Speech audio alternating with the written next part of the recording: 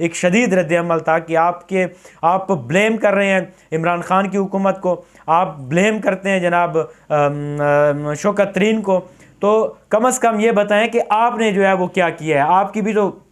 इतने अरसे से जो है वो बरसरे इक़्तिदार हैं। आप देखें कि आप मिसालें देते हैं कि 2017 और 18 और 16 के अंदर पाकिस्तान जो है वो ग्रोथ कर रहा था, पाकिस्तान के हालात इस तरह थे, मईशत जो है इस तरह चल रही थी। भाईजान अब की सूरत हाल क्या है, आज की सूरत हाल बताएं। आज से 3-4 साल पहले, 5 साल पहले जो है वो ज़ाहिर है कि हर चीज़ का आप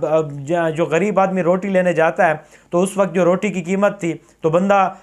जो दुकानदार है उसको ये कहता है कि जनाब आपकी जो रोटी है 25 रुपए की हम नहीं लेते, हम तो 2016 में जो है वो 10 रुपए की ले रहे थे, 8 रुपए की ले रहे थे, 5 रुपए की ले रहे थे। तो आज 2023 है, 2023 के हिसाब से आप बताएं कि आपकी क्रेडिबिलिटी क्या है, परफॉर्मेंस क्या है। हुकूमत आपसे चल नहीं रही, मईशत आपसे